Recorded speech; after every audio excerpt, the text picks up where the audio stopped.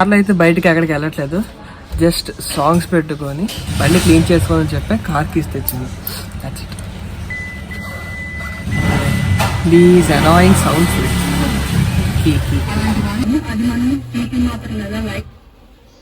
Here you go, my all-time favorite song.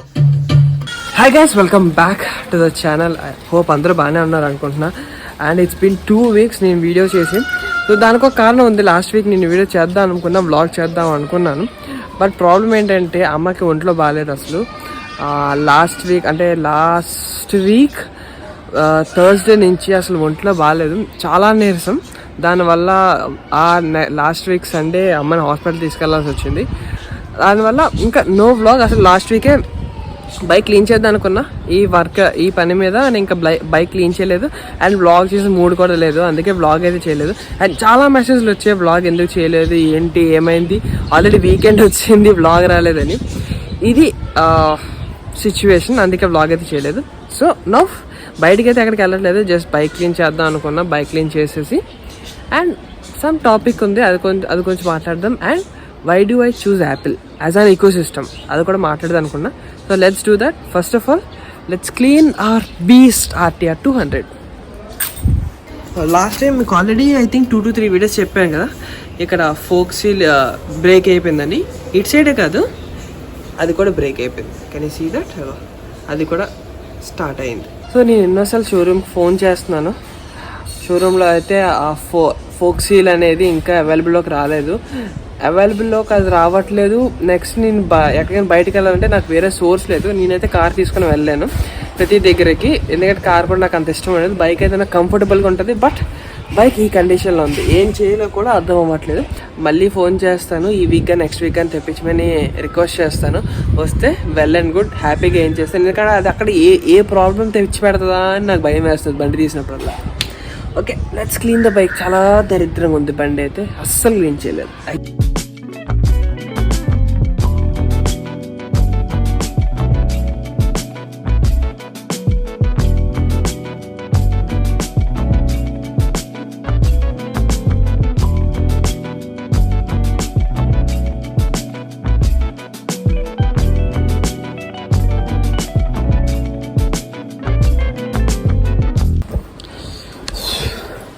Okay, done with the cleaning.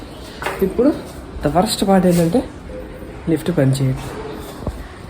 4 floors నీట్గా leg exercise అయిపోద్ది. And నా bike cover కూడా wash చేస్తాను. దీన్ని wash చేసి 3 నుంచి 4 నెలలు అవుతుంది. ఈరోజు అయితే అసలు ఎండ లేదు కాబట్టి హ్యాపీగా క్లీన్ చేసుకోగలిగాను. బట్ నిన్న మొన్న ఎండలు అయితే చాలా దారుణం. Proper 35 degrees. ఈరోజు కూడా ఐ థింక్ 31 to 32 degrees ఉంటుంది. బట్ ఏంటంటే ఎండ కనిపిస్తున్నది కానీ అంత వేడి లేదు. అంటే బయటికి వెళ్ళి తిరగగలం ఈ ఎండలో. 3 floors అయిపోయి. And the next thing, why do I choose Apple as an ecosystem. So నేనైతే యాపిల్ ఫ్యాన్ బాయ్. నాకు యాపిల్ అంటే చాలా ఇష్టం. యాపిల్ ప్రోడక్ట్స్ ఏదైనా I'm big big big fan of it, Apple అనేది. సో ఫస్ట్ అయితే ఫోన్తో స్టార్ట్ చేశాను. First phone, next laptop, next watch, next AirPods and next watch. So దీంతో మాత్రం నా ఈకో సిస్టమ్ మొత్తం కంప్లీట్ అయిపోయినట్టే. అంటే ఇంకా బోల్డ్ ఉన్నాయి, మనకి ఐప్యాడ్స్ ఉన్నాయి, నెక్స్ట్ ఐమ్యాక్ ఉన్నది, ఇంకా చాలా చాలా ప్రోడక్ట్స్ ఉన్నాయి యాపిల్లోని. బట్ దీంతో నా ఈకో సిస్టమ్ ఎందుకు కంప్లీట్ అయిందంటే, సో నాకు ఏదైతే డైలీ లైఫ్ యూజ్ అవుతాయో మొత్తం అన్నీ వచ్చేసినట్టే ఇంకా. So first main thing, Apple ecosystem ఎందుకు నేను చూస్ చేసుకున్నానంటే, ఒక యాపిల్ ఐడితో మొత్తం ఇవన్నీ సింక్రనైజ్ అయిపోతాయి. జస్ట్ ఒక సింగిల్ యాపిల్ ఐడి, నా ఫోన్, నా వాచ్ అండ్ నా మ్యాక్బుక్ మొత్తం అన్నీ సింక్రనైజ్ అయిపోతాయి. ఫస్ట్ థింగ్ అది. సెకండ్ థింగ్, ఫోన్లో ఏమైనా కాల్ వచ్చినా నేను ఏ డివైస్లో అయినా లిఫ్ట్ చేసుకోవచ్చు. అది నా వాచ్ అవ్వచ్చు, లేదా ఎయిర్పోడ్స్ అవ్వచ్చు, ఆర్ మ్యాక్ అవ్వచ్చు, ఆర్ ఫోన్ అవ్వచ్చు. దేంట్లో అయినా నేను ఈజీగా కాల్ లిఫ్ట్ చేసుకోవచ్చు. అది second thing. The third thing ఏంటంటే, I'm a big fan of Apple. అది ద మెయిన్ థింగ్. ఈ రెండు కాదు కానీ ద థర్డ్ థింగ్ అనేది main, Apple fan boy. I think మీ అందరూ నన్ను తిట్టుకుని ఉండొచ్చు, కొంతమంది, అందరూ కాదు. ఏంటి యాపిల్ యాపిల్ యాపిల్ అంటున్నాడు, because I love that's it. So అసలు ఇది నేను ఇది ఆల్రెడీ చెప్పాలనుకున్నాను ముందే, ఒక 4 to 5 లాస్ట్ వీకే అసలు నేను దీని మీద బ్లాగ్ చేద్దాం అనుకున్నా, బట్ అవ్వలేదు. అందుకే ఈ రోజు చేస్తున్నాం. చాలా మంది చాలా మంది మోటో బ్లాగింగ్ కెరియర్కి వస్తున్నారు. అండ్ నాకు కూడా ఇన్స్టాగ్రామ్లో కానీ లేకపోతే యూట్యూబ్ స్టూడియో కానీ వీడియోస్ కమెంట్స్ కానీ చాలా కమెంట్స్ వస్తున్నాయి. మోటో బ్లాగింగ్ స్టార్ట్ చేస్తున్నాం, కొత్తగా స్టార్ట్ చేస్తున్నాం, కొన్ని టిప్స్ ఇవ్వండి, అండ్ నెక్స్ట్ లేకపోతే మీతో రైడ్ చేయొచ్చా అని. సో ఈజీ, నాతో రైడ్ చేయొచ్చా అంటే నేను ఎప్పుడు బయటికి వెళ్తానో కూడా నాకు తెలియట్లేదు. నా పరిస్థితి అలాగుంది. సో ఈ రోజు కూడా నేను జస్ట్ ఒక 5 hours పడుకున్నా. ఈరోజు మార్నింగ్ 5:30కి పడుకున్నా అండ్ 12 కల్లా లేచాను జస్ట్. సో అది నా ప్రాబ్లం. నాకు అసలు రైడ్కి కూడా వెళ్ళడానికి అవ్వట్లేదు. నేను వెళ్తే సండే ఒక్కరోజు రైడ్కి వెళ్ళాల్సి వస్తుంది. సాటర్డే మొత్తం అంతా ఇంట్లోనే పడుకోవడానికి అయిపోతుంది. మండే వచ్చేసరికి మండే ఈవినింగ్ 6 కల్లా మళ్ళీ నేను ఆఫీస్ స్టార్ట్ అయిపోవాలి. సో నాతో రైడ్ చేయడం అంటే అది నేను ఎప్పుడు రైడ్కి వెళ్తానో నాకే తెలీదు. సో బట్ మీకైతే టిప్స్ ఇవ్వగలను. సో ఎవరైనా మోటో బ్లాగింగ్ స్టార్ట్ చేసుకుంటే మీరు నాకు ఇన్స్టాగ్రామ్లో మెసేజ్ చేయొచ్చు, నేను ఖచ్చితంగా రిప్లై ఇస్తాను. నాకు తెలిసినంత వరకు నేనైతే మీకు హెల్ప్ చేస్తాను. మోటో బ్లాగింగ్లో ఎలా స్టార్ట్ చేయాలి, ఏంటి టిప్స్, ఏంటి వీడియో ఎలా తీయాలి అనేది. అది నేనేంటి పెద్ద ప్రో కాదు, జస్ట్ ఒక 3000 kilometers ఒక రైడ్ చేశాను కొడైకెనాల్. నెక్స్ట్ ఒక 700-600 kilometers రైడ్స్ కూడా చేశాను, ఒక 3 to 4 అంతే. నాకు ఎంతవరకు ఎక్స్పీరియన్స్ ఉందో అంతవరకు నేనైతే చెప్పగలను. సో ఈ ఎక్స్పీరియన్స్ నేను మీకు ఒకటే చెప్పగలను, మోటో వ్లాగింగ్ అంత ఈజీ కాదు, చాలా చాలా చాలా టఫ్. మోటో వ్లాగింగ్ అంటే మీరు వన్ డే 500 kilometers ఒక బైక్ మీద ట్రావెల్ చేయాలంటే మీకు ఆ బాడీ ఎలా సహకరించాలో అలా సహకరించాలి. సో అలా సహకరిస్తేనే కానీ మీ బాడీ అనేది తట్టుకోలేదు. ఫస్ట్ థింగ్, మీరు మోటో బ్లాగింగ్ కెరియర్ స్టార్ట్ చేసిన వెంటనే డైరెక్ట్గా లదాఖ్ వెళ్ళిపోదాం, డైరెక్ట్గా ఒక 3000-4000 kilometers కొట్టేద్దామంటే మీ బాడీ అస్సలు సహకరించదు. మోటో బ్లాగింగ్ స్టార్ట్ చేసుకోవాలి, లేకపోతే రైడ్స్కి వెళ్ళాలి. మోటో బ్లాగింగ్ అనే కాదు, మీకు రైడ్ సిస్టమ్ ఉన్న బైక్ మీద జస్ట్ ఒక ఫస్ట్ మీరు న్యూబీ అయితే ఫస్ట్ ఒక 100 kilometers వెళ్ళండి. నెక్స్ట్ రైడ్ వెళ్ళేసరికి ఒక 50 ఇంకో 100 kilometers పెంచుకోండి. అలాగే 100 పెంచుకుంటూ వెళ్తే అప్పుడు మీ బాడీ అనేది ఆ బైకింగ్ పోస్చర్కి, ఆ రైడింగ్ పోస్చర్కి అలవాటు అవుతుంది. ఫస్ట్ అది అలవాటు. సో మెయిన్ మీ బాడీ అనేది ఆ రైడింగ్ పోస్చర్కి అలవాటు అవ్వాలి, లేదంటే main back pain and but pain ఈ రెండు ఖచ్చితంగా వస్తాయి. అండ్ హ్యాండ్స్ కూడా అప్పుడప్పుడు పెయిన్ వస్తాయి. ఒకవేళ అది 90 degrees స్ట్రైట్ యాంగిల్లో మనం కూర్చోకుండా హ్యాండిల్స్ మీద మనం హ్యాండ్ అనేది అలా లీన్ చేస్తూ ఉంటే అది కూడా ఎక్కువ పెయిన్ వస్తుంది. సో బెస్ట్ సజెషన్ ఏంటంటే, ఒకవేళ ఎవరైనా మోటో బ్లాగింగ్ స్టార్ట్ చేయాలనుకుంటే మెయిన్ ఫస్ట్ మీ లోకల్లో తిరగండి. లోకల్ కాకపోయినా మీ సిటీ అవుట్స్కట్స్ తిరగండి. మీ సిటీ నుంచి ఒక 100 kilometers వెళ్ళండి, రిటర్న్ రావండి. అప్పుడు మీకు 200 kilometers అవుతుంది. అప్పుడు మీకు బైక్ ఏ హైవే మీద ఎలా డ్రైవ్ చేయాలి అండ్ బాగోలేని హైవే మీద ఎంత స్పీడ్ డ్రైవ్ చేయాలి,